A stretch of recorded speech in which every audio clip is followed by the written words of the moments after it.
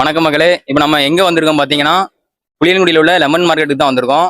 எதுக்கு வந்திருக்கோம் பார்த்தீங்கன்னா, நம்ம விவசாயிகளோட நிறைகள் குறைகள், அவங்க முதலாளி தொழிலாளி இருப்பாங்க, அவங்க நிறைகள் குறைகளை பற்றி தெரிஞ்சுக்கிறோம் வந்திருக்கோம்.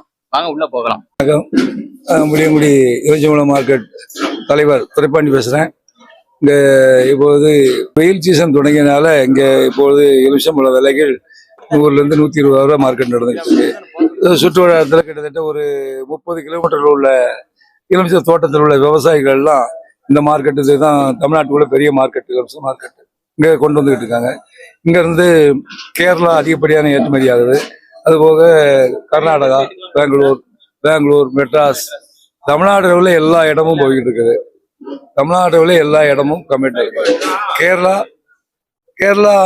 எல்லா இடமும் கம்ப்ளீட்டா திருவனந்தபுரம் டு காச்சர்கோட் வரைக்கும் இங்க இருந்து சேல்ஸ் ஆகிட்டு இருக்குது.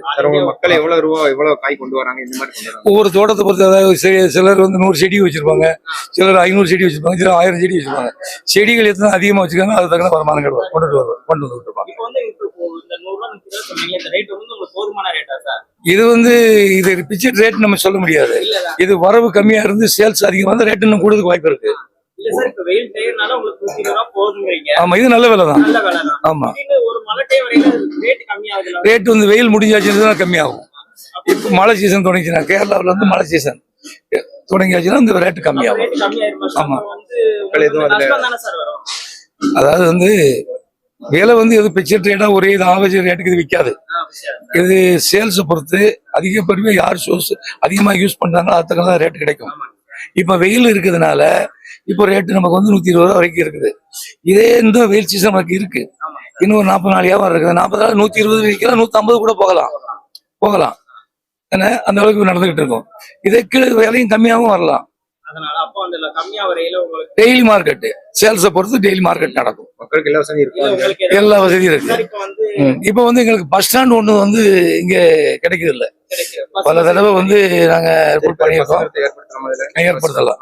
ஆமா ஆமா, வந்துடுவாங்க. இப்ப அவங்க கிட்டத்தட்ட அங்க புளியம் பஸ் ஸ்டாண்ட்ல இருந்து இறங்குறாங்க. அங்க இருந்து இங்க ஒரு 2 கிலோமீட்டர் இருக்கு. அப்புறம் ஆட்டோக்கு 100 ரூபா கேக்குறாங்க. இங்க இருந்து போனாலும் 100 ரூபா கேக்குறாங்க. இப்படி இருக்கிறதுனால பஸ் ஸ்டாப் தேவை. இங்க தேவை. பஸ் ஸ்டாண்ட் கண்டிப்பா தேவை. ஆமா, கண்டிப்பா பஸ் ஸ்டாண்ட் இருந்துச்சுன்னா நேரடியா சில்லறை வியாபாரிகள், அதுக்கப்புறம் சிறு விவசாயிகள், இந்த வண்டி வச்சிருக்கிறவங்க, பெரிய ஆட்கள், விவசாயிகள் வரக்கூடியவங்க, வண்டி இல்லாத வரவங்க பஸ்ல இறங்கி இங்க வந்துடுவாங்க. அதுக்கு ஒரு வாய்ப்பு எல்லாம் முயற்சி வரலையா? இல்ல, கண்டிக்கிட்டே இருக்கும். எல்லாரும் வரக்கூடிய எல்லாரும் எல்லா சேனல்ல இருந்து வந்திருக்காங்க.